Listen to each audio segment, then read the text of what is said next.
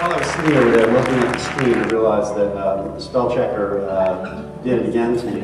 And what I meant to say was why delaying the onset of drinking is so important, not so impairment. So in case you were wondering what I was trying to say there. I'm really happy to be here tonight. I've had a great week. I've been in the communities, the community here and surrounding communities, and it's really been wonderful. I've been able to talk to students, lots of parents, teachers, lots of other people who are stakeholders in this issue of underage drinking. And so what I want to do is tell you a little bit about what I want to cover, and then tell you what I'm not going to cover. What I want to cover is adolescence. We're going to talk about what adolescence is as a stage of development. Why is it that we act the way we do when we're teens? Why do we have this stage of change at all? We'll talk about the changes that are occurring in the brain. New research, basically everything I'm going to tell you has been done within the last couple of decades, which is pretty new in science. We'll talk about the changes in the brain that are happening. It helps explain why we do the things we do when we're teens, why alcohol use and other drug use is so much more likely to start during the teenage years than at any other stage of life. And then look at the implications of alcohol use during adolescence for performance, for addiction, for basically the long-term effects that alcohol abuse might have during teen years. And what I'm not going to do is tell you how to raise your kids. And I'm not going to tell you that, for the teenagers in the room, I'm not going to tell you that you shouldn't drink. These are decisions that you've got to make for yourselves. You make it in your home, as an individual, with your God. These aren't things I can tell you how to do or what to do. But what my job is to give you the information we have as best I can so that you can make the best decisions for yourselves. So again, thank you all so much for coming here. And I know it's in the evening. Once you get home, you sort of get into I'm home mode, and you've got laundry to do and lunches to pack and dinner to eat and all of that. It's very hard to leave. And so I'm really grateful that so many of you decided to come out this evening. So we've known forever that something happens to us after about the age of 10, that we go through a transformative process during which we can be really difficult to be around. And we call that stage of change adolescence. And while adolescence formally hasn't been studied for very long, maybe 100 years, people have recognized for a long time that the changes that take place during adolescence can make life hard for the people around the individual. So let me just read, this is from Shakespeare's A Winter's Tale. And he says, "I would there were no age between 10 and 23, where the youth would sleep out the rest, for there is nothing in between but getting wenches with child, wronging the ancientry, stealing and fighting." And basically what he's saying is, why do kids have to go through this? Couldn't they just go to sleep, wake up, and now they're done? And the reality is, not only is it a requirement that we go through it, it's actually important. We actually want it to happen. So while as a parent it can be really difficult to deal with the I hate yous and the moodiness and the rule breaking and the I can't wait to move outs and all of that, we want that to happen, because if we didn't, our kids would never leave. And if they never leave, they never go out in the world and find people to have kids with that aren't related to them. And they never find their own path, they never find their own professions, they never get to have their own kids, raise their own kids, and get payback by having to go through adolescence with them. So we want this stuff to happen. And for teenagers, it's awfully hard, because all of a sudden you go from being happy and playful and life is perfect and you love your parents and you just want to go wherever your parents go and do whatever they do. And then all of a sudden you're just bored and you feel blah and restless and life is like, and you just want to be around your friends all the time. You don't like your parents as much. You like your siblings even less than you did when you were just in the single digits. It's a hard transition, but it's a very, very important transition, and we are absolutely wired to make the transition happen. Now, we used to think that the transition was driven just by puberty, that the brain was done changing by about the age of 10, and all of a sudden, hormone changes transformed our bodies. And as our bodies were being transformed by those hormones, the hormones also just made us moody and difficult to be around. But it's just not that easy. Hormones play a role. But puberty is not the same thing as adolescence. They're overlapping phenomenon, but somewhat separate. And let me explain. Puberty is the physical and sexual maturation that allows us to have children and to be able to protect children and obtain resources. Adolescence is the molding of the person so that they can accomplish those objectives in the world as it is now. So, you know, generations and generations and generations ago, our ancestors were going through puberty, and they were going through adolescence. Puberty looks the same now as it did then, except it starts earlier in the modern world. But adolescence is different each time because the world is different each time. And so you need to learn how to use that mature body to have children and raise them in the world today, not the world 100 years ago, not the world 50 years from now, but right now, today. Once we get out of adolescence, we exit the teenage years, sometime in the very early 20s, this window of change, the molding by interactions with the world to prepare one to function in the world, that molding, that window really closes. And while the brain can still change, we can still learn, we really can't be remodeled the way we are during the teen years. And so the brains that you have when you come out of adolescence into young adulthood in the late teens, early 20s, largely that's the brain you're going to have. Now, 100 years ago, Americans lived on average to 45. So really, you'd be a child, then you'd go through puberty. Puberty and adolescence tended to run parallel, so your body's changing and you're given more adult responsibilities. And at about the age of 18, your body is sexually mature, you know how to function in the world as an autonomous, relatively autonomous young adult, and then you have your own kids and you raise them. And then at about the age of 45, you die. Now we live until we're about 80 on average. So what that means is today's teens, as we mold their brains, and their brains are molded by interactions with friends in the world and the internet and all these things, when you come out the other side and you've got this brain, that brain is going to guide you for the next 60 years rather than the next 20 or so years. So it's absolutely paramount, I think, that we do everything we can to promote healthy brain development during the teenage years, and that involves creating healthy environments, promoting healthy behavior, and also trying to keep kids from initiating alcohol use or drug use during adolescence. Now, once you get out of adolescence, there's nothing wrong. It's not like alcohol is bad. I'm not telling you alcohol is bad. What I'm saying is, if you use it during adolescence, the stakes are a lot higher. If you wait until you're, a young adult and you do it, the odds are much lower it's going to cause you problems at any point in life, just statistically. I'll often hear from parents, I want my kids to have a healthy relationship with alcohol, so I'm teaching them how to drink at home. And I'm about to show you a bunch of data that says that just doesn't work. It actually does the opposite of what we might think it would do. And so really, if we want our kids to have healthy relationships with alcohol for the rest of their lives, the best thing we can do is get them to avoid it until as long as we possibly can. Okay, so that's what is adolescence? Well, as I mentioned, adolescence is a collection of changes that helps prepare us to survive with relative independence. Nobody is totally autonomous, but we're much more autonomous at 20 than we are at 10. And so adolescence helps us make that transition. What does it look like? Well, you tend to see the kinds of things that you see in teens. Increase in time spent with peers, whether it's online or texting or carrier pigeon or in person, if that ever happens anymore. An increase in risk-taking and novelty-seeking.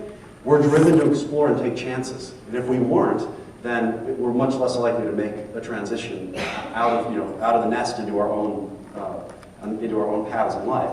Increasing family conflicts. I mean, it's really tricky because the healthier the family is, the harder the adolescent transition can be. Not always, but it can be really painful because whether we want our kids to make that transition or not, they're built to make it happen. And so you've got this wonderful family and everybody's happy, and all of a sudden your kid rounds the corner and is now 10 or 11 or 12, and it just becomes really difficult as they begin to push away and find their own path. So it's roughly the second decade of life. There's really no distinct onset and offset. We can look at it in different ways, but it really is about taking on adult responsibilities. That's sort of when it ends. Adolescence ends when you can function without as much help from your parents. So if you have a kid and you're still paying their bills, technically they haven't succeeded in making the transition. If you're paying their way through college, they haven't succeeded in making the transition. So it's tough to define, but those are the kinds of things we look for. When do we begin training kids to function with adult-like responsibilities, and when can they do that? Interestingly, puberty And adolescents, like I mentioned, used to run together. You can imagine you work on a farm, for instance, and you hit about the age of 10, your body starts changing, and as your body changes more and you become more physically mature, you're given more and more adult-like responsibilities. And then you hit about 18 and your body is done and you've got these adult-like responsibilities and skills, and now you can have a kid and have your own family. These days, we're in this very strange, confusing era where puberty is coming earlier and earlier in our kids. In fact, at about 1900, the average age of menstruation for a girl, the first period, was about 14 and a half. And now it's like 11 and a half. So it's coming earlier and earlier. Puberty is starting a couple years earlier for boys too, mostly because of our diets. We store so much resources early in life that the body is ready to enter that phase of transformation earlier. And so it kicks off earlier. But yet, we're not preparing kids for adult responsibilities until later and later. So like we look at the age at which you have your first real job, the age at which you get married for the first time, it's coming later and later. In fact, in 1970, about 90% of males and females were married by the age of 29. Now it's about 45–50%. So, if that's a marker of the transition, then that suggests that adolescence is ending later and later. We don't know what it means. I can tell you this. We're going to talk about brain development, and the research suggests that the brain development is kicked off by puberty. It's sort of adolescence, the brain development is really one of the dominoes in puberty. Your body's transforming, and it's like all of a sudden, boom, a switch gets flipped, and there's a new phase of brain development that is designed, it seems, by nature to allow you to be molded by these interactions so that you can come out the other side ready to use your mature body. We're missing the opportunity in some way. We're not starting to train kids until well after their brains are developed. So, but they're still going to get molded by experience, whatever it is they're doing at the time. Okay. It turns out, and we'll talk about why this tends to happen. Alcohol use, other drug use, if you look at the average age at which an American has alcohol for the first time, it's 16.9 years of age. Marijuana is about 17, methamphetamine is a little bit later, cigarettes are right around in there. So between like 16 and 19, 20, that's the peak age range for the initiation of alcohol use and other drug use. And as we'll see, that's also the peak for our drive to seek out new sensations of the sport. And so we're going to talk about what that means. Now remember, I'm going to use statistics, but there are times when I'm going to tell you about the statistics. Because, it's too simple to say the average age is this. That makes it sound like everybody does it then. When you use a term like average, you're saying there is a number that best represents all the numbers. But there's a lot of variance around that. So some kids start at 10, some kids start at 25, some kids don't start at all. So statistics can be a little misleading. But if you had to pick a number to say when is a kid in the United States most likely to start drinking, it's 16.9. Okay, alcohol use by young people is not unique to the United States. Pretty much anywhere there's alcohol use in a country, if there's alcohol use in a culture, there tends to be excessive alcohol use by teens. There's something about us during that stage of life that if people are drinking, we'll try it, and if we try it and we like it, we'll drink heavily. And in fact, the peak age range for diagnosis of an alcohol use disorder is actually 18 to 25. It's not the way that we were all sort of taught when we were young.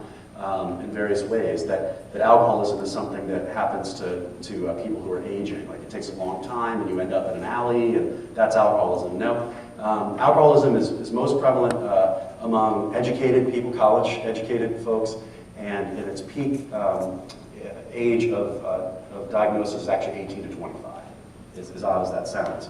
So what about this? What about all this drinking? I mean, we don't really know exactly how to deal with it. I'm going to tell you, I'm going to show you some data. Somehow we're making some progress here in the US. But for some reason in the United States, we tend to think that the problem is bigger here than it is everywhere else. In fact, if we just embrace the European model and we let our kids drink at home, or we put in their baby bottles, or we made it easier. Whether it's a drinking age, it's so high, it makes it taboo. That's why they drink. None of that stuff is accurate. there's something else that's going on that's about us, where we are in life during the teenage years that makes us more likely to drink and to drink heavily. It can be influenced by policy, certainly, but it's not dependent upon something like the legal drinking age.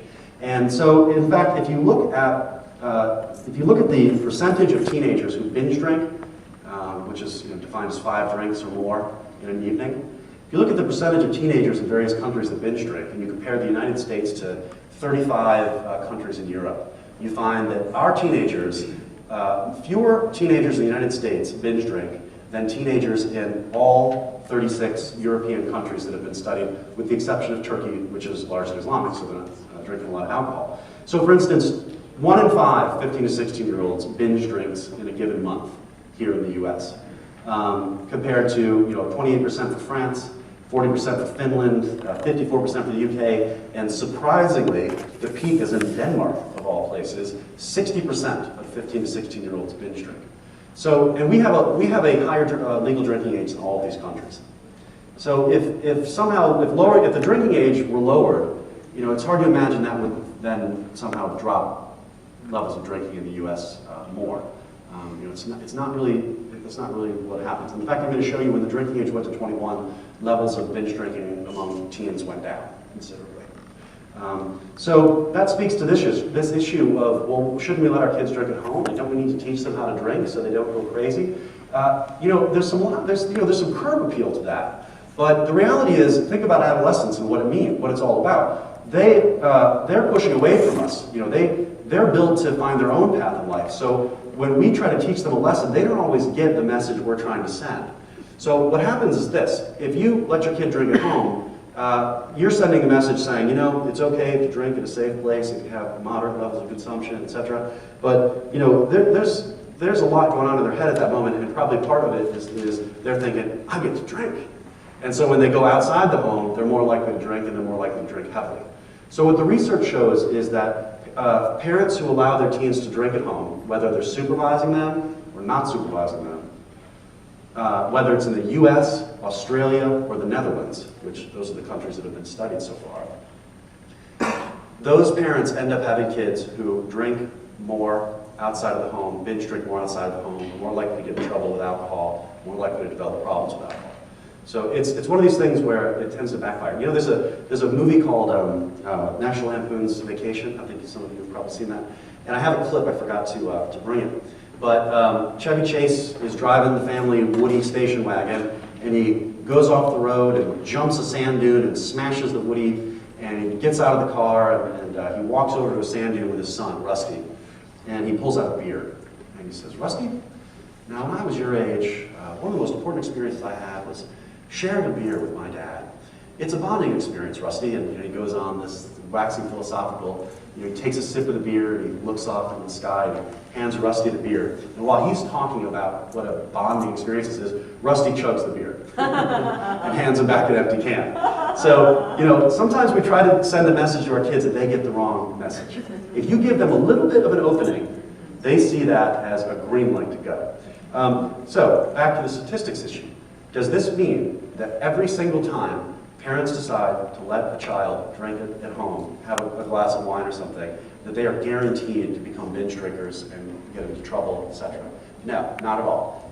In fact, if there are a lot of other protective measures in place, maybe it doesn't have that negative impact. But statistically, the odds don't seem to be in our favor. That's not the strategy that works best. Okay. Good news is, if you look at levels of binge drinking among young people, somehow, for some reason, they're going down. Every year, they're going down a little bit more, a little bit more, a little bit more. So every year, a kid is drinking less than the year before, handing the baton down to the younger kids coming up, and they're drinking less. So what this slide shows is, if you look at, what this slide shows is, this is 1974 to 2012. And this red line up here is 12th graders. And what you see is, and this is the percentage of 12th graders that binge drink in a given, I think this is month, and not 2 weeks. And so in 1980, 40% of our 12th graders binge drank in a 2-week period. By 2012, it was down to about 20%. So binge drinking rates are actually half now what they were. And that's with the legal drinking age of 21. And that's with the, so changing those things is, does not seem to be the best approach to gaining more here. Now, this is interesting. Look at this. 1986 is when all states finally adopted a 21 drinking age, and that's when drinking levels just whonk came down. So in fact, the legal drinking age of 21 appears to have had a big impact on levels of binge drinking by seniors, and that seems to have trickled down somehow. 8th graders, 10th graders are also showing a big drop. Okay, now, something interesting I want to point out to you. Most of the decline in binge drinking has been among boys. For some reason, girls have been pretty stubborn. Since 1950, levels of binge drinking among girls came up and started to drift toward male-like drinking patterns. And now, as males are reversing and binge drinking rates are coming down, females are kind of stubbornly stuck there at their current binge drinking levels. I just wanted to point that out to you. Okay, so here are the questions. Questions are, what is it about adolescence that increases the likelihood that we're going to drink and we're going to drink excessively? Because there seems to be something about us, the way we develop as humans, that's universal. How do the effects of alcohol on the adolescent brain help explain the short-term and long-term consequences? So what we're going to do is this. We're going to look at, so I'm going to tell you about the brain. I'm going to tell you about the brain and how it changes during adolescence and help you understand why we tend to take risks and what that looks like, how we learn during adolescence. Then we'll talk about the effects of alcohol on the brain. And the first thing I'm going to do is talk about the acute effects. So this is while you're drinking. So for instance, even as an adult, you go out and you drink. What's happening in your brain? And how does it explain how you think and feel and act? And why you do things you do when you drink. Then we'll look at, and we'll talk about why that's particularly problematic for teens as the alcohol interacts with where their brains are. And we'll look at the long-term effects of that. This is not going to be, this is your brain on drugs kind of thing. I'm going to tell you about the consequences, but, there we go. I'll tell you about the consequences, but it's not going to be like, if you drink a sip of wine, your brain will squirt out of your ear, okay? But we will talk about the consequences. And then what do we do with it? What does it mean? This isn't a negative story, okay? We're going to talk about some things that are troubling, but at the end of the day, this is about teenagers, how their brains change, how amazing that is, and how we can keep them healthy and they can thrive. But alcohol is not a healthy component of that. Okay, so this is a brain, and this is the way a brain would look if you were facing in that direction. And what you can see here in this brain, you see a lot of stuff that's just kind of wrinkly and folded in on itself like a prune. And the reason it's like this is that we seem to have reached a stalemate with the skull. And the brain has about all the tissue it can pack in there without the skull getting bigger.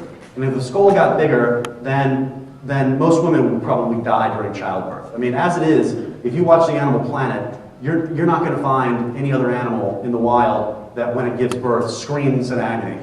That's the worst time you can imagine screaming in agony, is when you're vulnerable and you've got your child there, vulnerable. So there must be something important about all this tissue that we would have such big skulls that it puts females in such agony during birth. It's like you look at a giraffe giving birth, and they're just sort of walking along, and then they're like, oh, I just had a kid. We have a lot of tissue. Now, the reason the brain looks wrinkly like that is because if the tissue on the top that covered the top of the brain were flat, the skull would be the size of a pumpkin. So what happens is that tissue gets crammed in and folds in on itself. Like if you took a grape and you dried it, it would become a raisin. It's wrinkly. It has the same surface area, but it's folded in. And if you were to peel off the top covering of the brain and stretch it out, it would be about a square yard, despite the fact the brain is much smaller than a small Nerf football. Okay, there's a set of structures up here in the front, right behind your forehead, that we call the frontal lobes. And the frontal lobes are really fascinating. They allow us to do things that are very unique in the animal world. And you've got a lot of structures in the frontal lobes, but I'm just going to refer to it as the frontal lobes because it's easier, and I'll point out some of these structures as we go. What do the frontal lobes do? The frontal lobes allow you to break free from the present, something your pets can't do. Break free from now. You're not just influenced by changes in the environment. You can actually break free from now and project yourself into the future as far as you want to go. And you can imagine what the future is going to look like. And you can decide what the future is going to look like. And then you can guide yourself toward that future. And then along the way, when things come up that could derail your path to the future, you suppress the urges so you stay on track. That's what the frontal lobes do. I mean, they're really phenomenal. And so let me give you an example. It's just such a cheesy example, but let me just use it because it works. Summer's coming, and most of us have probably been thinking about that, and the fact that we maybe ate a little too much over the winter months whilst hibernating. Or whatever, and so we picture the summer and we go, ooh, I don't like that. I don't like what I'm seeing here. I want to be on this path over here. I want to look better. I want to lose weight. I want to get a new bathing suit. I want it to be good and everybody will like me and I'll be happy. So I'm heading that way, which is fine until you come, like tonight you did, to this talk and you walk past a table full of donuts and cookies and there's so many cookies and they look really good. I myself somehow managed to muster the frontal lobe strength necessary to not eat the cookies. But that's what the frontal lobes do. You say, I'm going that way. I'm going to be thinner in 3-4 months. I'm going to look better. I'm going to be happy. And then you come along and you see donuts and parts of your brain go, eat them. Eat the donuts. Eat the donuts. Eat the donuts. And then the frontal lobes go, no, no, no, no, no. No donuts for you. We're going to suppress this urge because we're heading in this direction and we want this future. Now, as adults, we sort of live in that. We're thinking about retirement. We're thinking about house payments. We're thinking about kids at college education. We're always thinking about the future and what we need to guide ourselves there and how we need to suppress urges to stay on that track. I'm in a committed marriage. I want to stay in it forever. But I also, I really like this woman I met. Well, I've got to suppress that urge because I'm in a marriage. I'm saving money for a vacation next summer, but I really want to go shopping and get a new dress or something. Well, you can't really do that. So we live in that sort of tension. Teenagers, it's much harder. The frontal lobes are not done developing yet. In fact, they enter this very new phase of change right at about the age of 11 or 12. So as we progress to the teen years, we don't have the full frontal lobe abilities to think about the future, plan for the future, and control our urges. And in fact, the frontal lobes in some ways work better in a child than they do in a teen. Because in a teen, they're under full remodeling mode. So during the adolescent years, so just 10 to 20, let's say, we can characterize brain development at one level by this phrase, frontalization of function. Frontalization of function. And basically what that means is during the teen years, control over our behavior gets shifted to the frontal lobes. You enter adolescence being driven by emotion, and you exit the other side able to use your frontal lobes to regulate the expression of your emotion. So when you're 10, if you're 10 years old and somebody makes you mad and you throw a fit and punch them, well, we knew that was going to happen. Watch out for that. Did you get that on tape? Can you send that? You see how agile? I'm like a cat. I'm like a 250-pound cat. Right. So if you're 10 and you get mad at somebody and you have a meltdown and you punch them, you may be forgiven by adults because you said, oh, well, he's 10. He's 10. He just had a meltdown. He punched somebody. He's 10. He's a kid. But if you're 20, you go to jail. If you're 20, we would say, wow, she just snapped. She really can't control herself. She's got to learn how to express her emotions in a healthy way.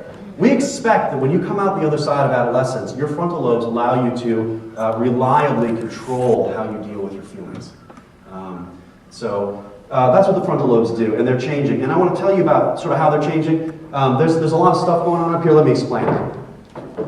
One of the reasons that we did not know until 20 years ago that the brain was changing during adolescence is that by about the age of 10, by about the age of 9, the brain is its full adult size. So you look at the brain and you go, oh, well, it's not changing, it's the same size. We didn't have the technology to see it change. In the mid-90s, researchers at the National Institute of Mental Health serendipitously discovered that, in fact, there's a lot going on. Here's what they did. They wanted to see changes in the brain in teenagers who had early onset psychotic symptoms, so early schizophrenia. And they had a group of kids with early psychotic symptoms and a group of control kids. And they figured, well, the control kids, it's going to be a flat line. Nothing's changing because the brain is done, right? And they found out it's exactly not the case. There's a lot of stuff going on. What's happening is this. There's two kinds of tissue in the brain. There's tissue that we refer to as gray matter, and there's tissue that we refer to as white matter. Gray matter is made up of cells called neurons. Neurons are the cells that communicate with each other with chemicals called neurotransmitters. They generate little electrical impulses that travel down branches. They are the cells that we think of, they are the cells that really do the information processing and control our behavior. If you drink alcohol or you take an antidepressant or you take another psychoactive drug, they affect you primarily by altering how neurons work. And so that's what gray matter is. Now, white matter is made up of what's called glial cells, which translates into glue. And traditionally, glial cells have been viewed as cells that just nurture neurons. They feed neurons, they clean up neurons when neurons die, and they wrap themselves around neurons to make neurons function better. And so you've got gray matter, you've got white matter. And really, in a normal brain, you're about 50-50. You got about 50% gray matter, 50% white matter. So it's half and half. What happens during adolescence is absolutely fascinating. What happens is this. In the whole brain this happens, but I'm going to talk about it primarily in the frontal lobes. You look at the frontal lobes of an individual as they progress from about 4 years old to 20 years old. And what you see is in the frontal lobes, gray matter volumes go up until about the age of 11 for girls, 12 for boys. And then they go down throughout the teen years. And then they just sort of keep going down after that. What's happening there? What's happening there is during childhood, while we're learning all kinds of other stuff, neurons, the gray matter and the frontal lobes are branching out and forming way too many potential circuits with other neurons. It's just overkill. It's a bunch of potential circuits that we don't need. The frontal lobes don't work very efficiently. We're not very good at doing things that demand the frontal lobes. And then all of a sudden, 11 or 12, all those potential circuits go up on the chopping block. Then, as puberty starts and we start pushing away from our family and we start exploring the world and we start finding our own path, all those gray matter circuits are getting whittled down and fine-tuned. Oh, we're not using this one, get rid of it. Oh, we're using this one, build that one up. Let's get better at this. Oh, we don't need that. And so as these circuits get pruned with the trim, they get trimmed, just like you go up to a bush and trim the branches, gray matter volumes come down. Well, as gray matter volumes come down, the frontal lobes get better at doing frontal lobe stuff. They get more efficient at doing frontal lobe stuff. A 10-year-old might show diffuse energy use in the frontal lobes if they do a task that you have to use the frontal lobes to perform. Whereas an adult would show very focused, fine activity in little tiny areas. At the same time, the gray matter volumes come down, white matter volumes go up. Why? Because as those circuits are being fine-tuned, the white matter comes along and insulates them and wraps around them and finalizes them, basically. So that when you come out of adolescence in the late teens, early 20s, your frontal lobes now, actually your whole brain, this really does apply to the brain itself, but frontal lobes, that's what we're talking about now. Your frontal lobes are fine-tuned and honed by your experiences with the world. They're insulated by white matter so that they function fast and efficiently, and the assumption that nature makes is, okay, there you go. Now you know how to be an adult. Go do it. Go have kids. Go take care of them, and then die. So whether the experiences you had leading up to the end of that window of malleability were important for survival or not, doesn't matter. The brain still assumes whatever you just learned, that's what you need to do for the rest of your life. You can still mold your brain, just not like you can during the teen years.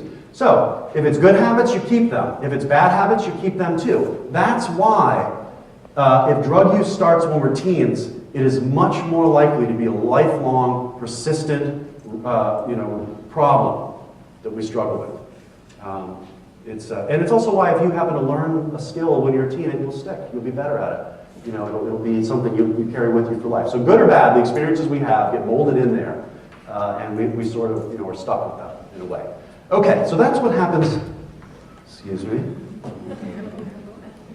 frontal lobes. Use my frontal lobes to decide a safe pathway there. So the frontal lobes are being remodeled during adolescence. There are other changes. It's tempting to say Oh, well, the frontal lobes aren't working very well in teens. That's why they do what they do. If a teen gets mad at you, they just blurt out, "I hate you," or whatever it is they say. It's hard to withstand an urge. The frontal lobes don't do a very good job of suppressing strong urges. Well, it's not just frontal lobe change. You can't explain teen behavior with just frontal lobe change. It turns out under the surface there are emotional areas that are in very high gear. So they're driving us, and the frontal lobes aren't very good at stopping the urges. Why would we be built that way? How could that possibly be adapted? Well, you really don't want a 13 or 14-year-old to constantly be thinking about the potential implications of exploration and risk-taking, because they'll never do it. They'll go, "You know what, the world's too dangerous. I got it good here. They feed me, I got a bed, I'm not going out there." So we want them to want to go explore and take some chances. And the emotional drive areas beneath the surface help facilitate that. Think about Romeo and Juliet. Just the sheer passion that drove their teen romance, and then the bad decision-making that led to their demise. That sort of captures this tension between the emotional drive and the frontal lobes that are trying to function. Now, I want to talk to you about a couple of areas, and then here, I just want to tell you what we're going to do, in case you're wondering, wow, is this guy ever going to get to a point? Like, he hasn't said alcohol in 40 minutes. So what we're going to do is, we've got a couple more brain areas, brief, then we put it all together, and I can start telling you about how we function, how we do things, and what alcohol does to those circuits. So we've got frontal lobes, planning, decision-making, impulse control. Now, there is a set of little areas deep in your brain that have so much power over us. We call these structures colloquially the reward system. And the reward system is, as it sounds, a set of structures that rewards you. And so it rewards you for doing things that are presumably good for your survival and the survival of the species. So we have this there so that we will learn how to do things that promote survival. So you're thirsty. You're wandering around, you find a source of water, you drink the water, and now you're going to go, that feels good.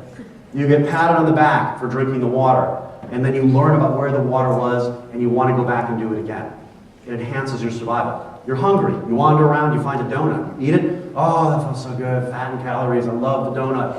And then you learn about the donut, where the donut was, and you want to go back and do it again. Sex, same thing. If there wasn't a reward for sex, people might never do it. And if they never did it, then the species would die out. So there's a reward for that. We're social animals, so a hug, a congratulations, a pat on the back, these things feel good to us. We want to repeat. Every single substance that we call a drug, specifically drugs of abuse, drugs that people will use despite causing their lives problems, they all have one thing in common, and that is that they activate the reward system. Alcohol, nicotine, heroin, cocaine, these drugs are so different from each other pharmacologically, but the one common denominator is activate the reward system. Okay, here's the thing though. Alcohol, cocaine, heroin, all these drugs activate the reward system far more powerfully than drinking a glass of water, than eating a sandwich if you're hungry. And so these things can trick the brain into thinking you just discovered the holy grail of survival. And that forget about this other stuff, you need to repeat this over and over and over and over again. You ever wonder why people have brands that they like? You ever wonder why people smoke a particular type of cigarette? It is presumably because the brain associates that brand with the drug.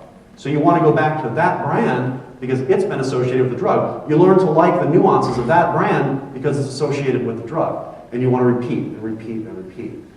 Here's the thing. During adolescence, the reward system, there's two things happening in the reward system. And this could all change with more research. But the two things that seem to be happening in the reward system are this. The normal baseline level of activity is reduced so that we just tend to feel blah. We just tend to feel not reinforced. We tend to feel restless. But then when we find something that activates it, it just lights up. so that the brain can't possibly miss it. You found something that activates the reward system. This is important for survival. Go do it again and again and again and again and again. This is going to be important for you when you become an adult. You're going to need to do this over and over, you know? And then, of course, you already know what I'm going to say next. If it happens to be a drug, then they're going to get this massive reward, learn all about it, wire it in, and want to repeat it. Let me give you an example about what I mean by wire it in and it sticks. Those of you who are adults, maybe I'm the only one. I don't think I'm the only one who has this experience, but I can honestly remember people that I went to high school with, my friends, in great detail. All kinds of stuff about them and their families, and stuff we did, and what they liked, and what we did together, all that stuff. I remember all that so well. I don't remember the people I went to graduate school for 5 years with very well at all, or the faculty members that I went with do for X number of years. You know, I just don't. And so there's something about us then. When we learn something, it sticks. Presumably because the brain is looking toward adulthood and using that information for survival. So the reward system is changing. I'm going to show you a clip. Actually, let me tell you a little backstory real quick here. This is how the reward system was discovered, by accident. My graduate school PhD advisor's PhD advisor made a mistake while trying to learn how to do rat brain research, and discovered something so profound that it's changed the world. It was totally by accident. His assignment was to put a tiny little wire down, this is the 1950s, tiny little wire down into the brain stem in an area called the locus ceruleus, which was thought to be involved in attention, which it is, it turns out it is.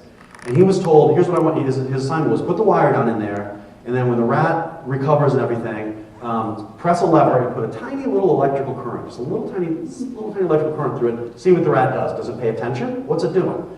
Well, he got the landmarks on the skull that we use for surgery backwards. So he put the wire down into an area called the lateral hypothalamus, which nobody had studied before. And what he found was that whenever he pressed the lever, the rat really seemed to like it. And his mentor said, well, if the rat seems to like it, give the rat the lever, see what it does.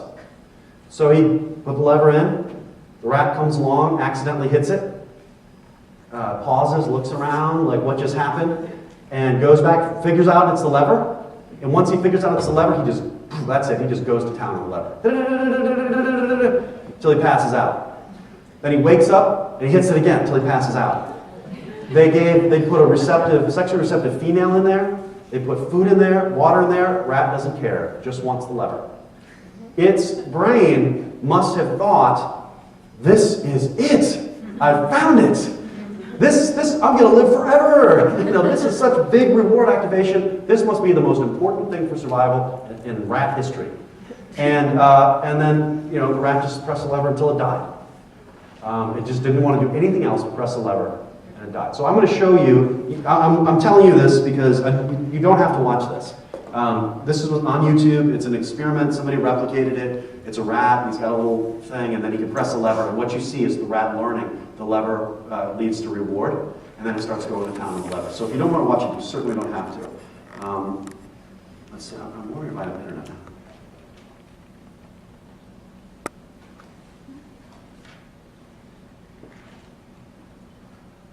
The video clip shows a rat with an electrode implanted in the lateral hypothalamus.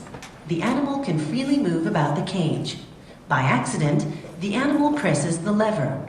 As a result, a weak electrical stimulation is passed through the electrode. The electrical current activates the reward system, which in turn reinforces the rat's behavior.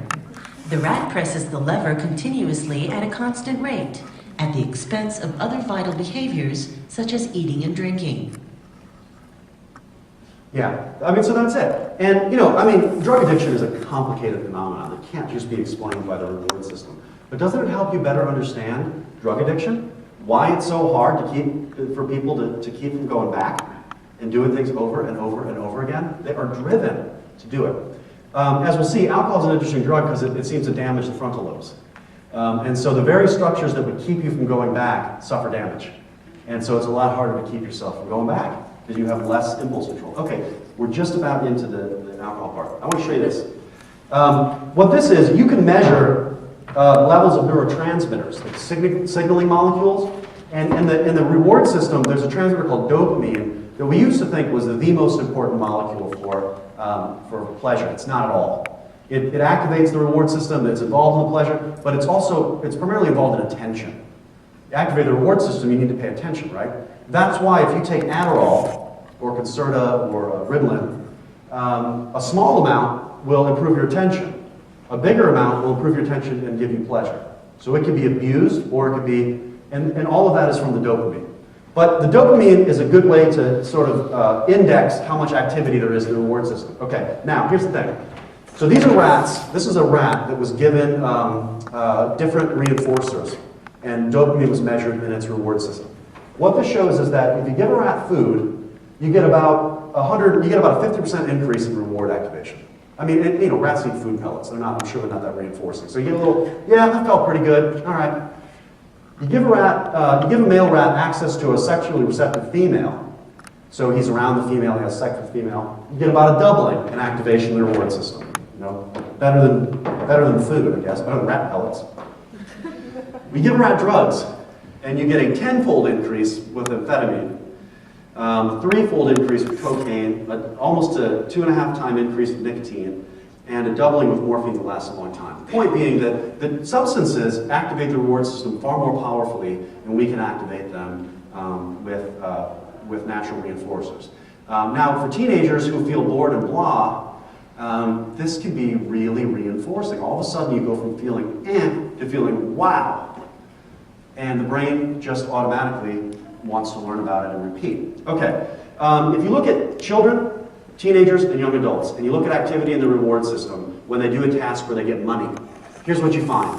Teenagers show a bigger activation in the reward system when they win money, and they show a bigger activation when they even anticipate money coming.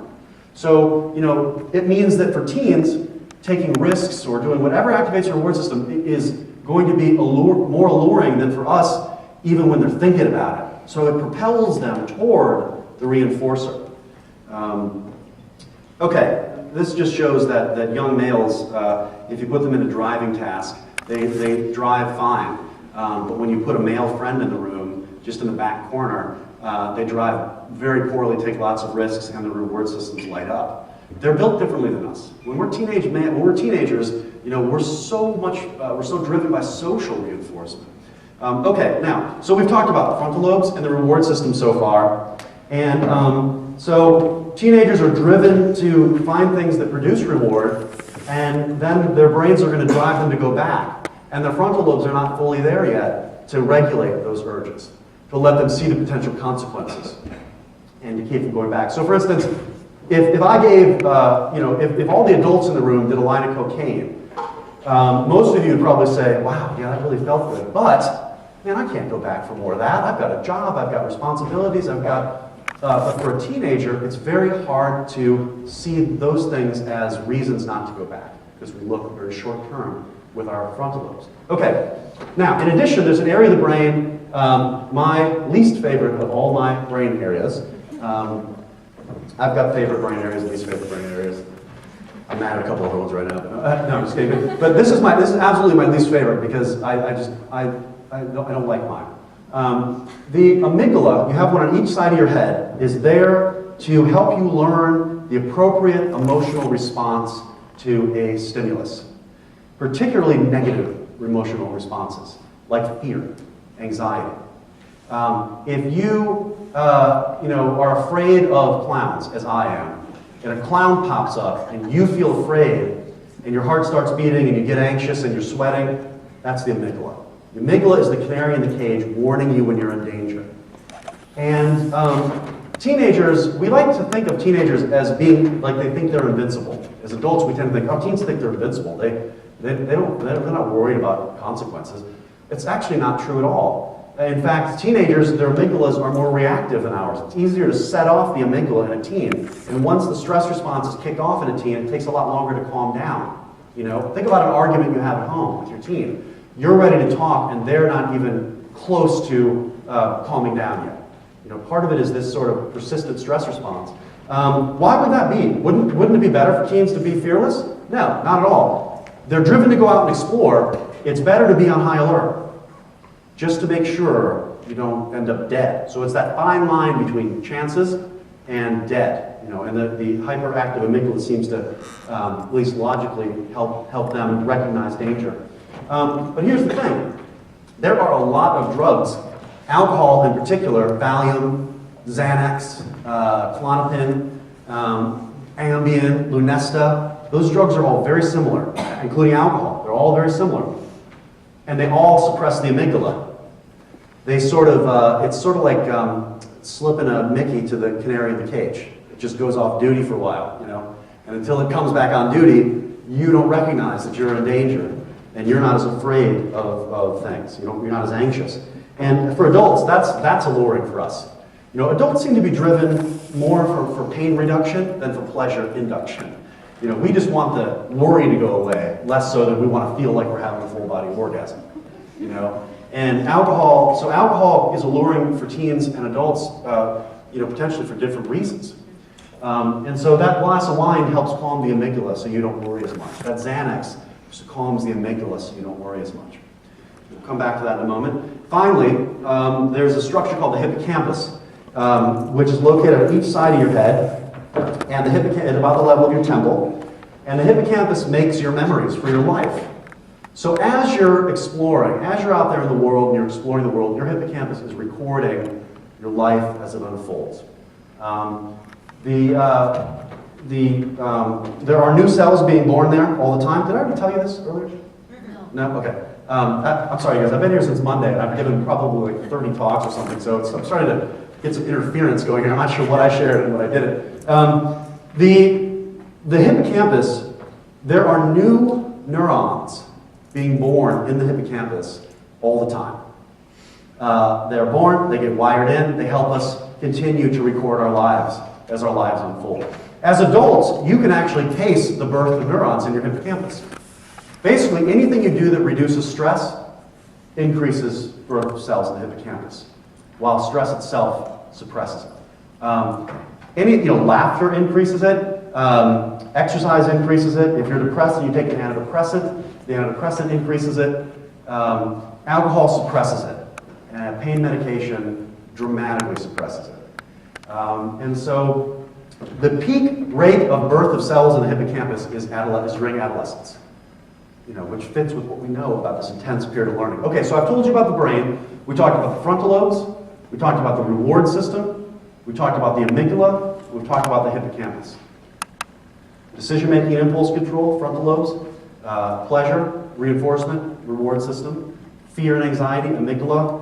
Memories for your life, hippocampus. Armed with this stuff and the changes that take place during adolescence, let's explore alcohol. First. So basically what you're looking at here is this model where, like I said, the frontal lobes aren't fully online yet and the emotional drive is in high gear. So teens are driven to do things, but they don't have the frontal lobe strength necessary to regulate those drives as well as we would like.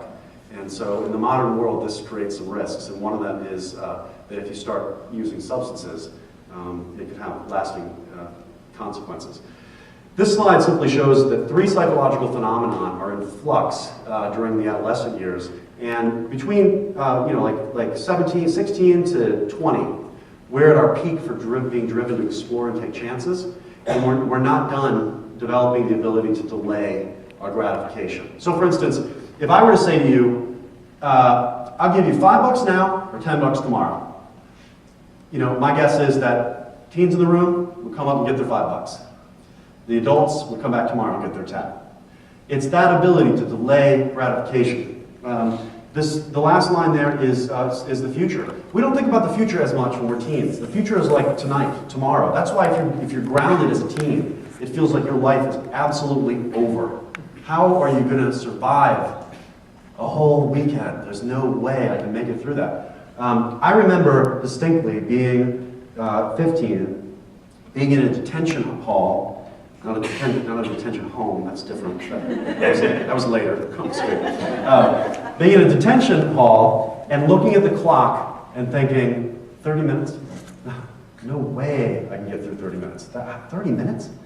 And then 10 years later, working in a lab and panicking when I realized I didn't have a retirement plan. There's something that happens during this time. As the frontal lobes fully come online, we start thinking about the future more. Planning for the future, controlling our urges better. Okay, so let me just read this to you, because this is the story we're about to explore in the next half an hour or so. Alcohol and other drugs can turn adaptive tendencies into maladaptive behaviors. Adolescent brains are built to learn with ease, with an eye toward success during adulthood. That's what it's all about. Adolescent brains learn particularly fast when behaviors are rewarded, just like for adults. I mean, we learn things faster when there's a reward for it. The frontal lobes, which are involved in decision-making and impulse control, are not fully online during adolescence, but emotional drive is in high gear. Alcohol and other drugs produce reward, which leads to rapid learning and motivates further use. And alcohol can cause both short and long-term effects that are bad for teens. Let's explore. One of the things that alcohol does well is suppresses the frontal lobes. We used to think that 100 years ago, people used to write about how alcohol just had a general anesthetic effect on the brain. It just depressed everything. Then we went through a phase when I was in graduate school. It was all the rage to talk about the very specific things alcohol does. No, alcohol is not general. It only affects this type of receptor, and this type of receptor, and this type of receptor, and this one, this one, this one, this one, this one, this one. And so now we're back at a place where, yes, there are a lot of specific effects, but there's so many, it's kind of a general effect. It just depresses the brain. And it seems to start at the top and work its way down.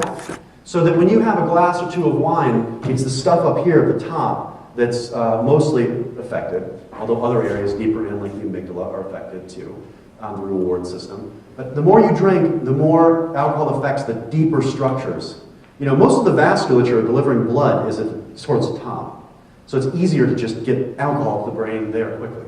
You get less alcohol to the deeper areas. Once you do get alcohol to the deeper areas, you start to see more profound impairments. And if you drink enough and you suppress areas down at the base of the brain, you die. So we're going to look at these effects from the top down. The frontal lobes are suppressed by alcohol. And if the frontal lobes are suppressed, we don't make very good choices, and we don't control our urges very well. It is literally like a temporary frontal lobotomy. There's this saying, I think it was W.C. Fields, he said, I'd rather have a bottle in front of me than a temporal lobotomy. No, I'd rather have a bottle in front of me than a frontal lobotomy. And in reality, you can have both, because if you drink that bottle, you will have temporarily what looks like a frontal lobotomy. It's just we're nearsighted, we don't think things through, we blurt stuff out, we can't control our urges. I mean, think about what people do when they drink. It's like, you drive by a bar and you see somebody out on the sidewalk urinating on the bar. Obviously not aware that people are driving by, but they have an urge and they can't regulate it very well. Rather than go find a bathroom, they go outside, on the wall. Affairs, breaking your diet, spending money you don't have. People don't tend to make good choices when they drink. That's not the cliche. Have you ever seen a cliche? You ever said, yeah, you know about the cliche, right? Where the guy goes out and gets drunk and then makes really smart investments for the future, or something? That's not how we do things. We just tend to be, we function as though our frontal lobes are not working very well, because they're not. So for teens who already don't have high-functioning frontal lobes, this is a much more risky endeavor. They become more short-sighted, more likely to take chances, harder for them to withstand urges. This is reinforcing, by the way. Think about it. You're a teenager. One of your major challenges is to socialize, to be around your peers. This is fear-producing. This is difficult to think about, to plan, to work through. Alcohol helps your brain stop chattering so much. Suppresses the frontal lobe, suppresses the amygdala, so now you're not as afraid. And now you just blurt out whatever you want to say because your frontal lobes are off duty. It's very misleading. And all the while the reward system is activated. So your brain goes, this is good, this is good, this is good. And it is a trick. It literally tricks you. How else can you explain, that somebody ends up addicted to something like heroin or cocaine? If they recognized every step of the way they were sliding down that slope, most people wouldn't go any further. But it's a trick, because you think this is good. And before you find out, by the time you find out it's not good, you've now sort of given away a lot of the control over your behavior to the drug. Okay, so the frontal lobes can be suppressed by alcohol. This slide just shows that. Even at a BAC, about the legal limit for operating a motor vehicle. 0.08 is the legal limit. The highest level here is 0.1. At a 0.1, you've got significant reduction. By the way, this These images are brains where a big chunk of the frontal lobes have been taken off, so you can see deeper in. So that's why it looks so weird. But basically, if with even a moderate dose of alcohol, people have difficulty withstanding urges. You can say, if this image comes up on the screen, hit the lever. If this image comes up on the screen, don't hit the lever. People have a hard time not hitting the lever when the image that they're not supposed to respond to comes up, if they have alcohol in them, and the frontal lobes are suppressed as well. So that's why, you know, you're drinking, and you're driving down the road, you're much less likely to hit the brakes when the light turns yellow. You know, part of you is saying you need to inhibit the driving, you need to hit the brake and stop, but you can't do it. You just keep going. That metaphor didn't work perfectly, but you know what I'm saying. So it turns out that for teens, not only does alcohol suppress the frontal lobes temporarily, but in teenagers who abuse alcohol, in this case, this study shows data from teens who were diagnosed as alcohol dependent. So they go into a treatment facility, and they've been in there 3 weeks, and you test their cognitive skills, and you find that memory is impaired. So is attention too, but this shows memory. Memory is impaired 3 weeks after they've sobered up, compared to other teenagers who are abusing other drugs, just not abusing alcohol to that extent. So alcohol causes lingering impairments in cognitive functions that are there for at least 3 weeks. Now these researchers did a study where they followed up, and they found that kids, when they leave the treatment facility, if they go back to drinking, these skills just keep getting worse over the next several years. If they stay sober, these skills improve until they start looking like normal teens. So it really does seem to be an effect of the alcohol that seems to repair itself over time if you stay sober after treatment. This slide is complicated. Let me just give the take-home message. As the number of drinks teens have, this is 48 teens aged 12 to 18 with substance abuse problems. As the number of drinks they have on the days that they drink goes up, their ability to do tests of attention and memory go down. So it's a dose-dependent phenomenon. There's a marijuana slide component in here too. The last box there on the right. The number of days per month these kids smoke weed predicts poorer performance on memory tasks. So it really is dose-dependent. It's important to see that it's dose-dependent because otherwise it's harder to really be sure it's related at all to the drugs or the alcohol. Okay, and so the frontal lobes are suppressed. There are lingering cognitive deficits if you abuse alcohol during adolescence. It's associated with how much you drink. The more you drink, the worse the problem. And this slide shows results from a study where teenage girls who were alcohol, I think these were alcohol-dependent girls as well. Teenagers, I think 15 to 16-year-old teens that were alcohol-dependent. The frontal lobes are smaller in the drinking girls, the heavy drinking girls. Now, I just want to be clear about something though. Other studies have come out, some of them don't show that effect, some show bigger frontal lobes, left-right differences, male-female. The point is simply this, really, they're different. There's something going on in those drinking kids that makes the frontal lobes different. And it's not just gray matter, it's white matter too. You know, I'm not going to go through the slide in any detail, just to tell you that communication between the two sides of the brain appears to be compromised by alcohol because alcohol disrupts the white matter that wraps the neurons and helps facilitate communication between areas. Now, a couple studies have come out very recently showing that there are differences in our kids. Obviously, our kids aren't the same. Our brains are different. You know, some kids, you know, you give a kid Benadryl, most of them go to sleep, but 10% will bounce off the walls. They have an entirely opposite response.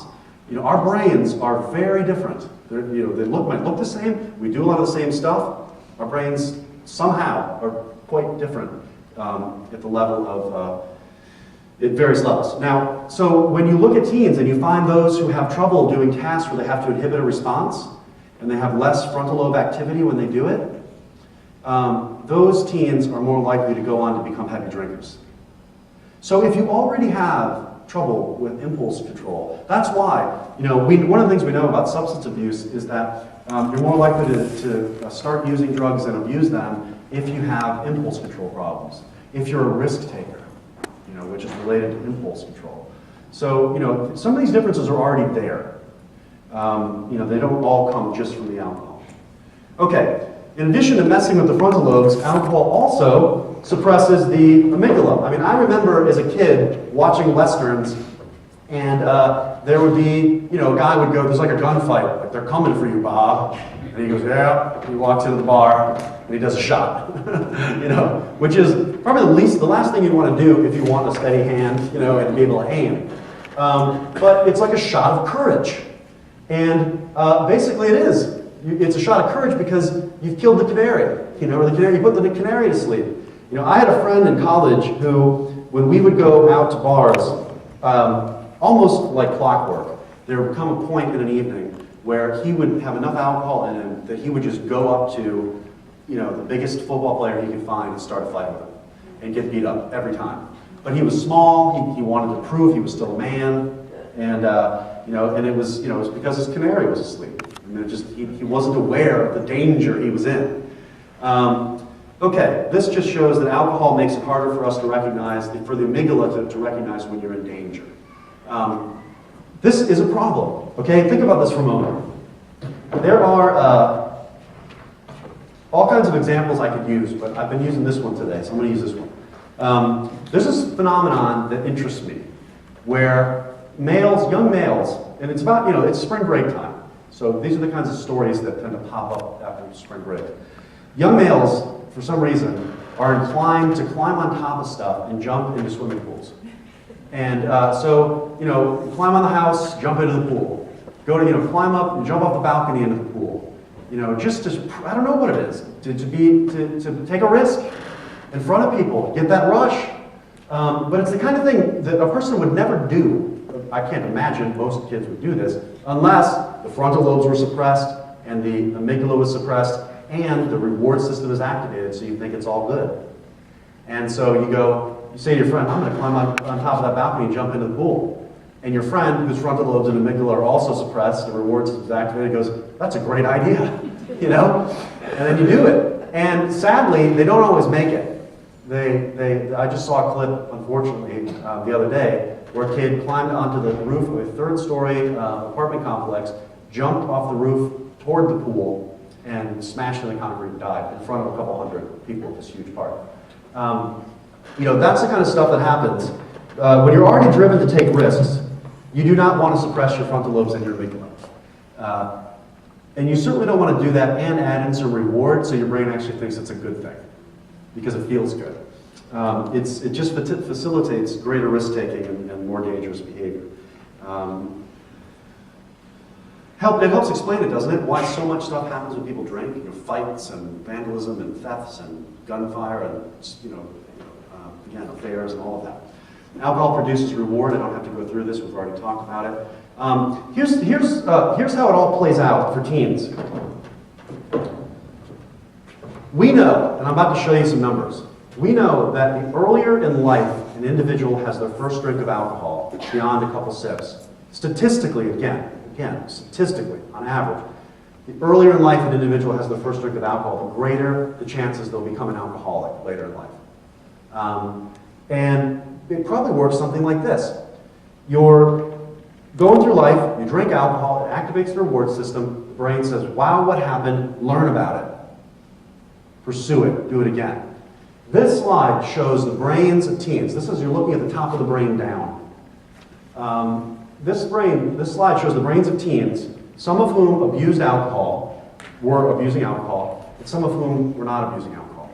I'm not sure, it's alcohol use disorder. It's abuse or dependence, so it's not like they're all alcoholics. They abuse it, which means it causes them problems, or they're dependent on it, which means they truly are, toward the alcoholism end of things. And then you show them alcohol ads, and you look at their brains, and this is what you find. The brains of teens who use alcohol heavily light up like crazy relative to the brains of teens who don't use alcohol heavily. It's like, and including the reward areas. Because their brains have learned to associate alcohol stimuli with the pleasure and all the other things that go with it. So we think this rapid learning that happens during adolescence can work against us when it comes to drugs, because you learn about these stimuli, you associate the fun and the pleasure with the stimuli, and then when you see the stimuli, your brain lights up. If you're trying to quit drinking, that's going to translate into craving. That craving is going to compel you forward. If your frontal lobes aren't finished developing or you damage them, you're going to have a hard time stopping yourself from going back. So this learning, so you see how it's all coming together now? The learning and the reward and the dependence issue. This slide simply shows that the amount of brain activation in response to ads is associated with the number of drinks a teen has in a month. Again, it goes dependent. The more you drink, the heavier you drink, the more likely you are to see the damage, to see the response to cues, all of that. Now, here's the slide I was telling you about. It's a busy slide. Please let me just, again, summarize for you. Those of you who are sleeping, please just continue. There's no need to open your eyes. This column over here is age. This one is you have a family history of alcoholism. This one is you don't. So this is the age at which a person has their first drink. This is the family history and the odds of becoming dependent on alcohol at some point in life based on when you started drinking and whether you have a family history. This is no family history. Let me tell you how this works. Nobody has ever or will ever do a study where you take a bunch of kids and you say, okay, you're in the 14 to 15 group, start drinking.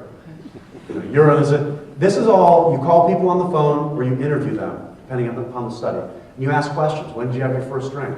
Have you been diagnosed with alcoholism? How are you drinking now? How have you had out, in the past year, how much have you been drinking? So you basically figure it out based on their report. So it's not direct causal whatever, but nonetheless, the correlational data say for kids who have their first drink at 14 to 15 and they have a family history of alcoholism, they've got about a 50-50 shot of becoming an alcoholic. Without a family history, it's about 1 in 3. For those who wait to 18 or 19, they've got about a 22%, so 1 in 5 shot of becoming an alcoholic if they have a family history, and 1 in 8 without. Now, I put this up here just because I work for federal government and its legal drinking age is 21. So people who are 21 or older when they have their first drink, much lower odds of ever becoming an alcoholic. So it's one piece of the puzzle that suggests to us that it's really a good idea to try to delay the onset of alcohol use. Let the brain finish, avoid this potential problem if this is real, and just get our kids out of adolescence. Here's an issue. I want to just tell you one thing that is an issue with drug abuse, with even drug use. If you're using a substance that's producing a lot of pleasure, it's going to be harder for you to detect any reinforcement that comes naturally. You're less likely to be shaped by natural reinforcers in the world because they're going to be minuscule compared to this massive blast you get from the drug. Over time, as you develop tolerance, your reward system is going to be pretty quiet without the drug. In fact, it can be opposite of quiet. You can be feeling pain because without the drug, your brain doesn't function the same. That's what we call dependence. And so you're not going to detect pleasure from a hug or pleasure from getting an A if you're in pain because you're not on the drug, or if you're getting pleasure from the drug itself. So it can obscure the important learning that can take place. Even if it doesn't kill you, damage your brain, any of that, it can still obscure learning healthy behavior patterns. Okay, now, one of my favorite topics. Alcohol, in addition to suppressing the frontal lobes, suppressing the amygdala and activating the reward system, suppresses the hippocampus. And until recently, like in the last decade, the assumption was that this was really only a problem for alcoholics. That alcoholics, for some reason, when they drink, they can wake up and they don't remember stuff. But that doesn't happen to other people, and that's just wrong. It's very common, particularly among young people. In fact, research shows that the amount of alcohol it takes to suppress the hippocampus is smaller in a teenage brain. Actually, well, these are rats, so an adolescent rat brain than an adult brain. And we don't know if that's true in teens, human teens, but we do know this. Blackouts are really common among teenagers who drink alcohol. Let's explore what it is. A blackout is what I just said. It's amnesia. You wake up in the morning, you can't remember places you went or things that you did. It's amnesia. There are two types. There's one called en bloc, which is like taking a chunk of film out of a movie, cutting it out, and tossing it. You just don't remember a whole chunk of your life. Then there's fragmentary, which is more common, and that's where people remember bits and pieces, but they can't fill in the gaps. Either way, you've suffered amnesia as a result of drinking. They are most likely to happen if you get alcohol to your brain fast. So if you drink on an empty stomach, if you drink shots, if you drink wine, anything more concentrated, if you happen to be female, because females are smaller, have less water in the body, so the alcohol is more concentrated in the body when you drink it, have less enzymes to break down the alcohol in the gut, so you get more alcohol into your body. Anything that gets alcohol into your brain fast has the likelihood of shutting off the hippocampus, so you end up in a blackout. And you don't make more memories until the alcohol level gets down enough that the hippocampus finally, you ever see a movie where a computer goes off and over time it comes back on? I mean, that's sort of what happens here. Once it's off, it's off. It can be off for a long, long time until it just sort of comes back on. Okay. This ad for Smirnoff Ice captures a blackout, what it is. It says, make it a night you won't forget, not one you can't remember. And this commercial really captures what a blackout is, and it incorporates the frontal lobe effect, the reward system effect, not the reward system effect, frontal lobe, amygdala. Let's take a look. Let's take a look. There's a downside to leaving all your common sense at the bottom of a glass, as we see in this piercing commentary.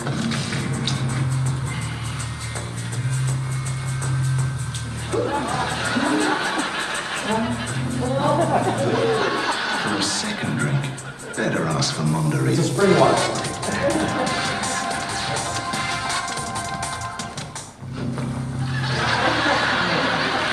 If you see, it's risk-taking. He doesn't remember, clearly doesn't remember doing this, and clearly did something out of character, and is shocked by what he did.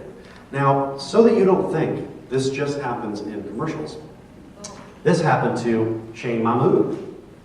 This was in USA Today in 2004. Shane Mahmood woke from a booze-induced fog with a half-inch stainless steel ring pierced through his lower lip. Shane Mahmood doesn't remember getting his lip pierced. I don't know how I got it or if it hurt when I did, says Mahmood.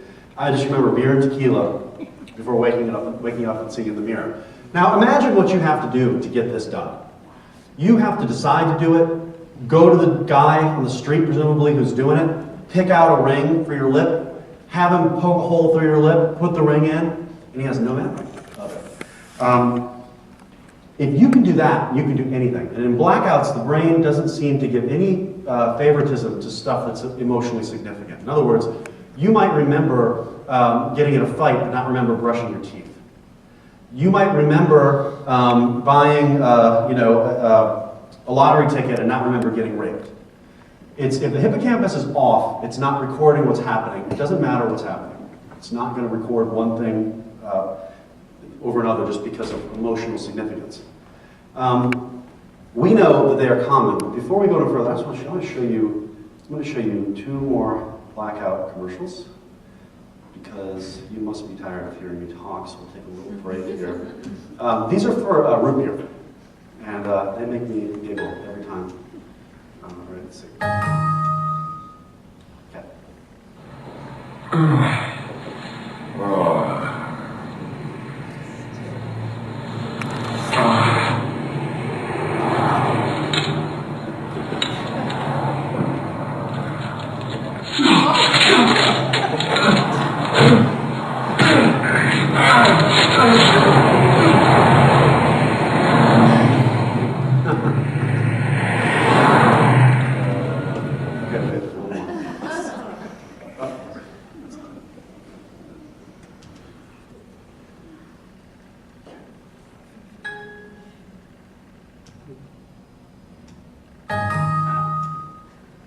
I need a teenager to help me figure that out.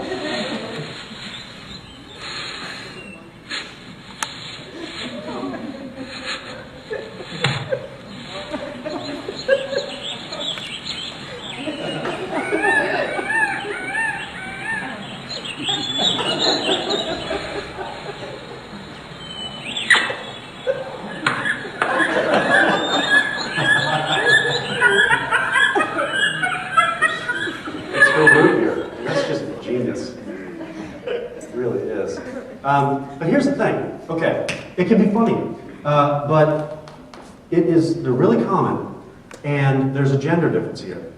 Males and females have them at about the same rate. When males have them, they're like the guy in the USA Today thing with the lip thing. They just sort of blow them off. That's not a big deal. What did I do? What did I do? What did I do to the world? Females, on the other hand, tend to wake up scared to death. And it's, what did the world do to me? What happened to me? Did anything happen to me? Females are more likely to be on the receiving end of bad stuff. during blackouts. Males are more likely to be the ones breaking stuff or getting in fights or being the aggressor sexually. So, bad things happen. And, now that I work for NIAAA, I don't really do any consulting, with lawyers or anything like that. I really can't. But before I went to NIAAA, I would field phone calls all the time from lawyers and parents and kids, and constantly. Young people, a lot of college students, a lot of parents, a lot of attorneys. Blackouts happen a lot, and often during them bad stuff happens. And the question is, what's the implication?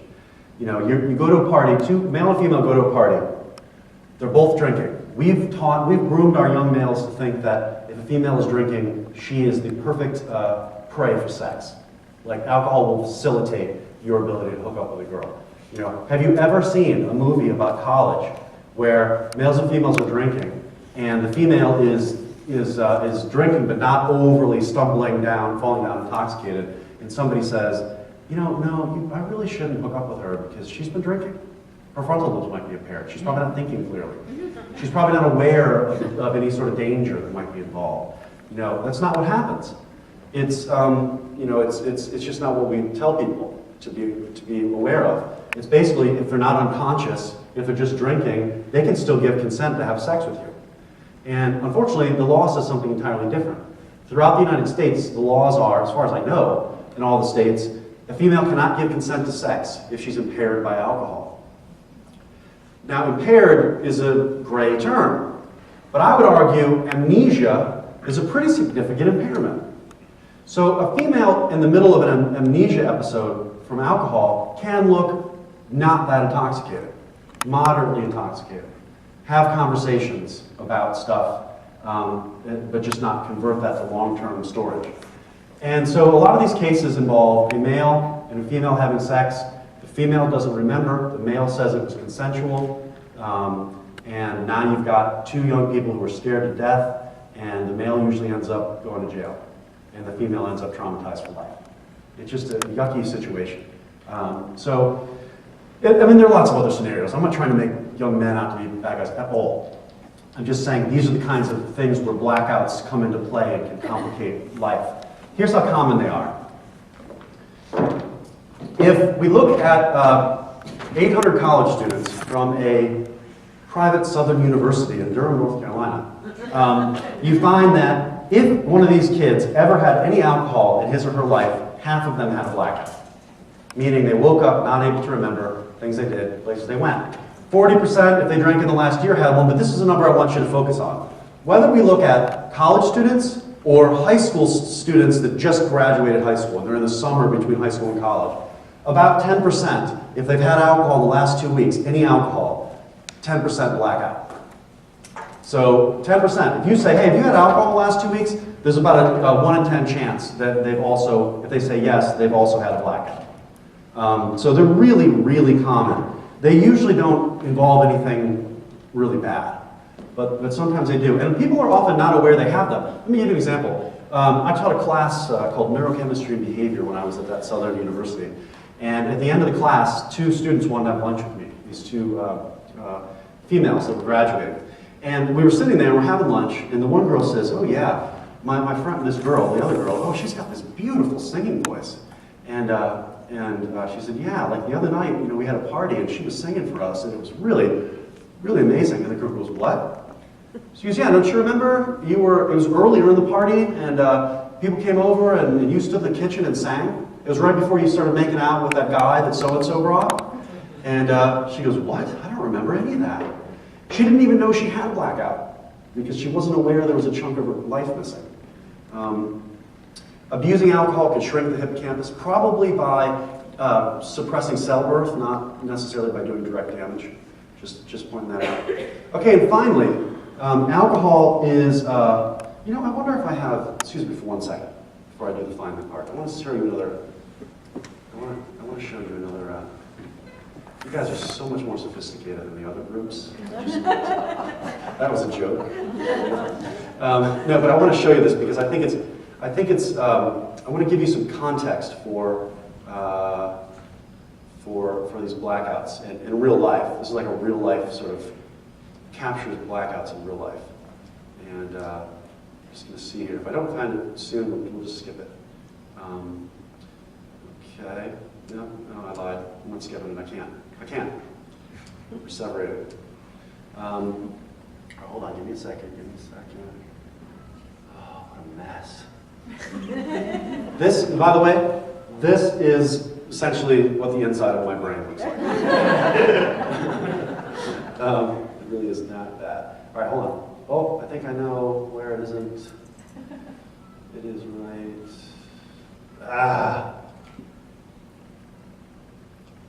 Okay, I tried, folks. Let me just, I'll act it out for you. I was going to show you this clip from the real world. And several years ago, there was a girl on there named Frankie, who's now deceased from a rare disease. I can't remember which one. But there is this great clip where Frankie goes out with her friends, gets drunk, blacks out. They've got all this footage of her in blackout. Doesn't look that drunk. Goes home. She's putting the moves on a male housemate. Putting her hand up his shirt, trying to make out with him, and he's just sort of pushing her off, doesn't want to. The next day, she has no recollection of any of it. What if he did go along with it? You know, it's frightening to me. It scares me. I have a daughter. She's only 9, but this kind of stuff still just makes me really, it just makes me scared. It makes my amygdala go off. I need a Xanax and some alcohol.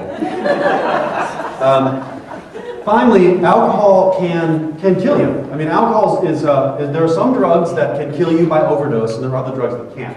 And so we're going to explore that, and then we're done. We'll take some questions. Basically, when I say the word overdose, what I mean is for any drug, there's a point at which the side effects of the drug overcome any potential benefits, so that you now are overdosed. The dose is too high. It's over what would be beneficial. So with alcohol, you could have a couple of glasses of wine, let's say, and you feel relaxed and calm, and then you have a couple more, and you feel nauseous and angry, and your balance is impaired, and it's dangerous to drive, and all that. So you could even say that's an overdose. But really, when we're talking about an overdose of alcohol, we're talking about severe impairment. We're talking about you've had so much alcohol that you're having trouble functioning. And overdose can quickly lead to poisoning. Poisoning is just a form of overdose that's extreme and can kill you. Poisoning is like you're toxic, you're about to die. So I'm going to use those two words interchangeably, but the poisoning is sort of a special case of overdose, where it's just so bad that you're going to die. I'm going to show you a slide after this one. I'm going to prepare you for it now. There's going to be some images on it that are going to be, perplexing to you. You're going to want to laugh and look away, but it's life. It's heavy alcohol use by young people, and I want you, if you're okay seeing it. There's a guy throwing up, some stuff like that. It captures various stages of overdose, and some of these images have become, this kind of thing has become so common that our young people, by and large, don't seem to recognize that when you are severely overdosed, you are near death. And the distance between overdose, where you're unconscious, and death is maybe a thimble of alcohol, maybe a little more, maybe nothing but 10 minutes. So we're going to look at that, but I want to explain to you how it happens first. Deep in the base of the brain, there are, as I said before, top of the brain, thinking abstract thoughts, controlling behaviors, all of that. Middle of the brain, a lot of feeling and integrating feelings and thoughts, all that stuff. Deep in the brain, near the base of your skull, it's just basically keeping you alive. These are really primitive circuits that are just there to keep you alive. Sneezing, some of them don't necessarily keep you alive, but they're reflex centers. A sneeze, a cough.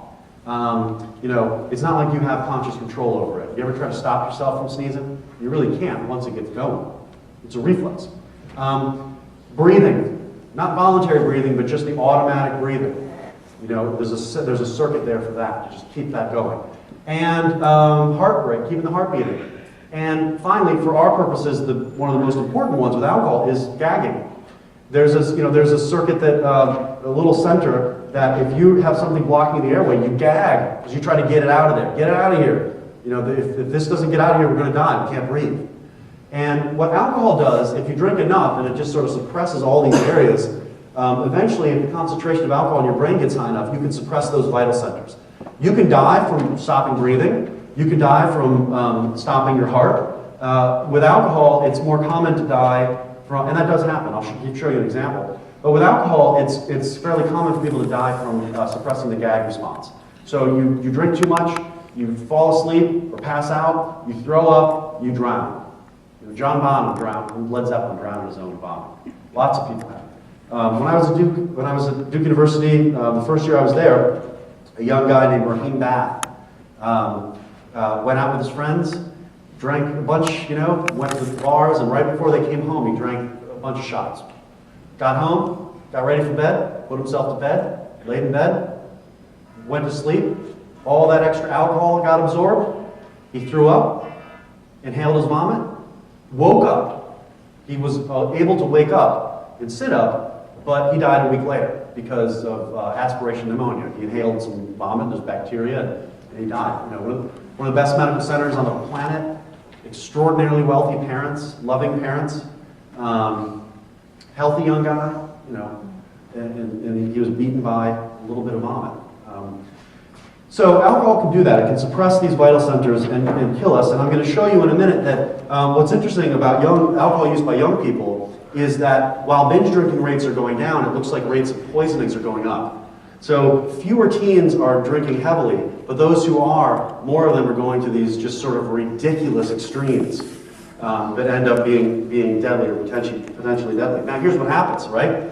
So you've got a teenager at home, and they turn on the news, or they read, I guess they probably don't turn on the news anymore. They get on the internet, and or the tweeter, or the face thing, and they find out that, oh my God, another kid died from an alcohol overdose. It starts looking like everybody's drinking heavy. But no, it's the squeaky wheel gets the grease. So, if more of these poisonings are happening, there's more attention to them. It makes it look like more teens are drinking heavily as a whole, but that's not true. There's actually fewer, but more of those who are drinking heavily are going to the extremes. Okay, ready for this? If you don't like seeing pictures of projectile vomiting, last chance.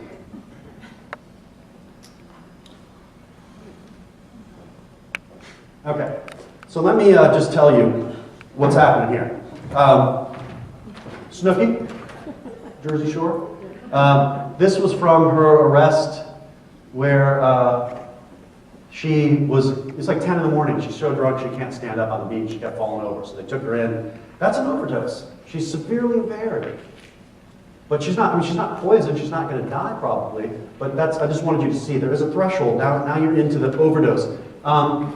This guy up here throwing up, we would call that an overdose, but technically it's poisoning. Your body makes you throw up, your brain makes you throw up if you are poisoned. If you ate a cheeseburger and threw up, you would probably go to the hospital because you thought you had food poisoning. That's when we usually throw up. That's the same thing with alcohol. Now you can throw up from alcohol because your stomach's full, but usually it's because your brain says you're toxic.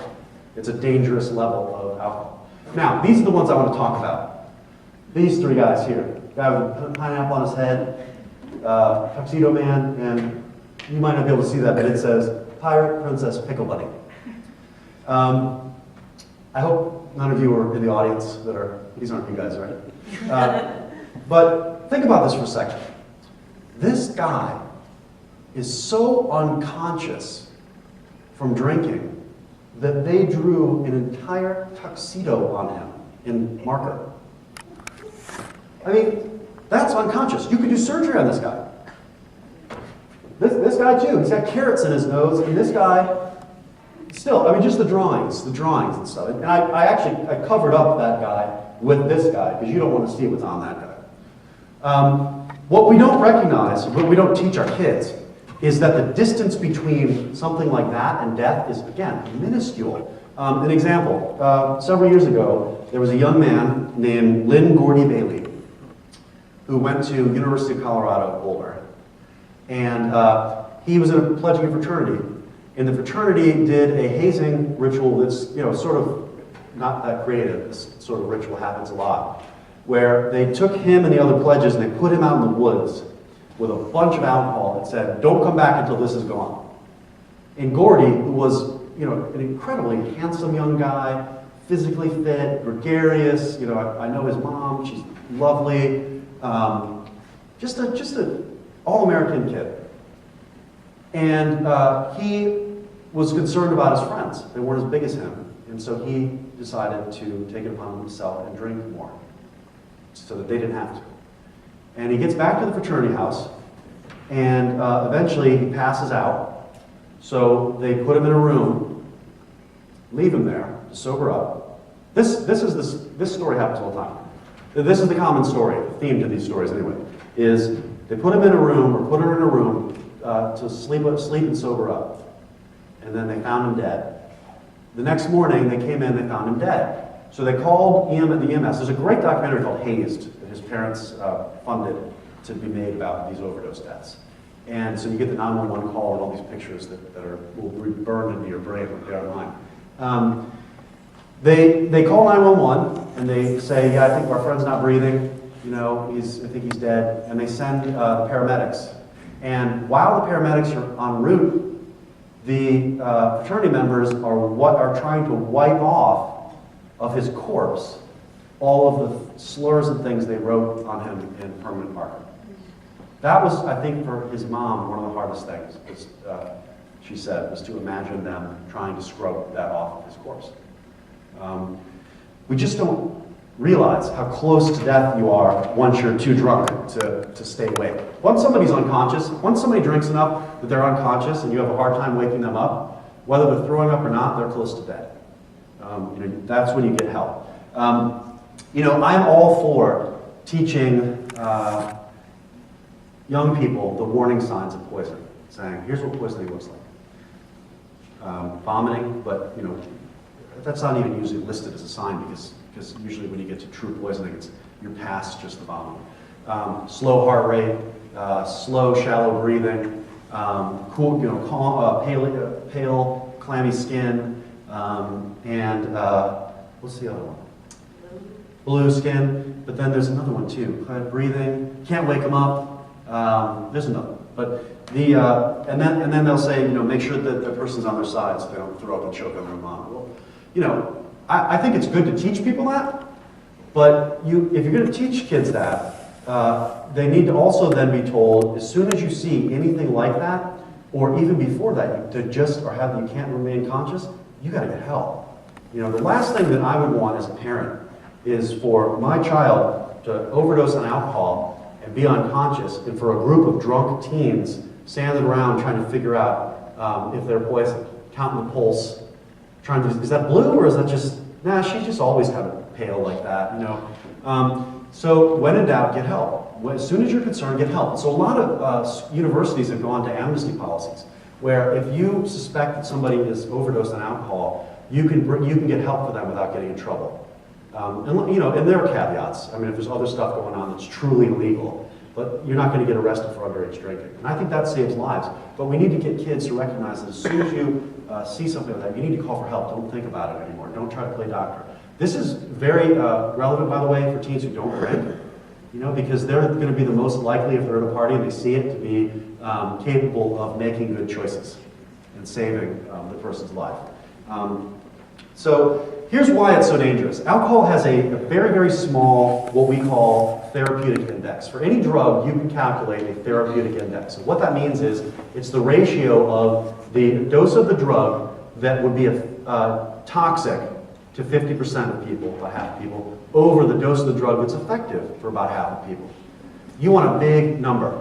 You want to know if you go into a drugstore and you buy, aspirin, and you don't read the label, and you take 4, and you find out you're only supposed to take 1, that you're not going to die. You want a big therapeutic index. Alcohol has a tiny one. The effective dose for alcohol is something like 0.05. A glass of wine or 2, most people would say, I like this, I'm relaxed, this is okay, I don't feel a lot of side effects, it's effective. No more, please. And about 0.35 is about where half of people would probably die. 0.35. That's 7. That's only a 7. That's 7. That means that if you go to a party, let's say you're a female and you go to a party, and somebody pours you, you drink 2 drinks, but each drink happens to have 5 shots in it, which is not, it's a lot to us as adults to imagine, but not if you're drinking out of a big red cup. Let's say you drink those 2 glasses in 1 hour, you're in the death zone. For a 140-pound female, 10 drinks in 2 hours would raise you to about a 0.35. It's not as much alcohol, again, adults, as you might think. I mean, For us it would be, but not for somebody who's drinking aggressively. What we know is that college students, I published a couple papers on this, college students don't know what a drink really is. When they pour a drink, they pour really big drinks. They think 4.5 ounces of liquor is the amount for one mixed drink, when 1.5 ounces is. So each one, by their definition, each drink would have 3 drinks in it. When you have them pour drinks, they're huge. And we did on the side, not published it, but on the side we had some male fraternity members do a little experiment for us where we gave them a cup and we said, here's some vodka, pour me a drink, or pour yourself a drink, the amount that you would put in your drink. They pour a certain amount, and then you say, okay, pour one for your friend. And they pour about the same amount. And then you say, okay, pour one for a guy you don't know. And they pour like 3 or 4 drops or something in the bottom of the cup. And then you say, pour one for a girl. And they just fill it, or quite a bit. So, one thing that I think teenagers need to know, whether you're female or male, is if you're going to drink, do not let somebody else hand you a drink. Not necessarily because they might put a drug in it. That actually does not happen as much as we used to. We kind of went through the scare where we thought everybody was getting roofied. It just didn't really happen that much. The #1 date rape drug ever in history is alcohol. And so, you've got to keep control of that, or you could easily go to these toxic levels. Okay, so like I said, we think that levels of binge drinking are coming down, but levels of poisoning are coming up. And so we're seeing things like this in the media. This was from last summer. 26 teenagers between the ages of 14 and 18 were taken from Jones Beach to Nassau University Medical Center in various stages of intoxication.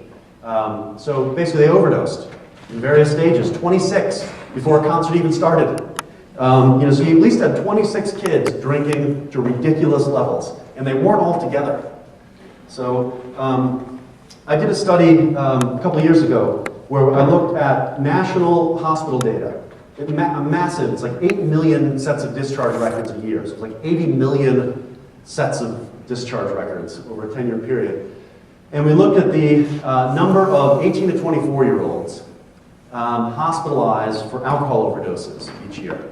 We found that there was almost a 70% increase over a 10-year period. The biggest increase was in alcohol combined with other drugs, particularly prescription painkillers. But so, again, binge drinking levels are coming down, overdoses of poisonings are coming up, they get media attention. It looks like our young people are going crazy with alcohol, when in fact we're making progress. Why are we making progress? I think it mostly has to do with environmental policies, like the 21 drinking age, other things like that, social host laws, that sort of stuff. But it's grassroots stuff. It's what people are doing in communities. It's what parents are doing. The most powerful prevention ever is the stuff that happens around your dinner table. It really is. And so we're doing something, and it's helping. And we just need to keep doing it. Okay. This slide, briefly. I just find this fascinating.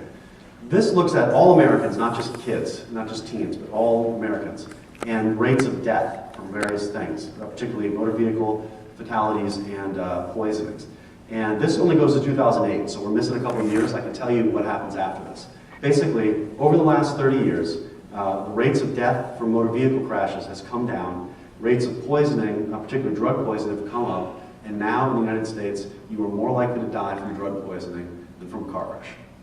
Isn't that just wild to think about that? That's what the data say. Okay, so just to support the point I just made about parents, if you look at where young people drink, it's at home. If you ask people aged 12 to 20 where they drank the last time they drank, you find that 35% on average said they drank at home, and about 50-some%, 55% on average, said they drank at someone else's home. So when you put that together, you find that the majority of alcohol use by teens is actually happening at your house or someone else's house. That puts parents right in the most important position, again, for prevention. And given the data we talked about earlier, it doesn't seem like there's much value in letting teens drink at home in terms of protecting them from harm. Your kids might think you're a little cooler, and we all want that because, after getting, beat up constantly about how lame we are by our kids. But it's not a wise thing to do. And you all know, I mean, I have a couple books, but one of the book I have that came out a couple years ago, I wrote a fair amount about this, bless you, this case involving the Hutzels. I think most of you probably are familiar. It was a case here in this area. In Deerfield. In Deerfield, yeah. And kids were drinking at their house, and the kids left the house and drove, and wrecked into a tree in their driveway and died. And I believe he went to jail, right? The father. And they eventually moved to Texas, I think. That's right. So, right, I mean, it's, again, sometimes things don't turn out the way we want them to. Okay. Anti-AAA's got a lot of resources. I know we're talking about teens here, but my guess is that for adults, a lot of you have questions about your own, maybe not your own drinking, but other adults drinking. I'm getting that actually a fair amount here. We have a great thing on NIAAA's website called Rethinking Drinking. Rethinking Drinking is an interactive tool that lets you put in your alcohol use or somebody else's alcohol use and get feedback about where you are compared to the other people in the country and what it means for you, et cetera. I just want to point that out. And then finally, this is my contact information. All my slides, if you want them, you can have them. You can either write me at this email address, call me, contact Gilda, she'll get in touch.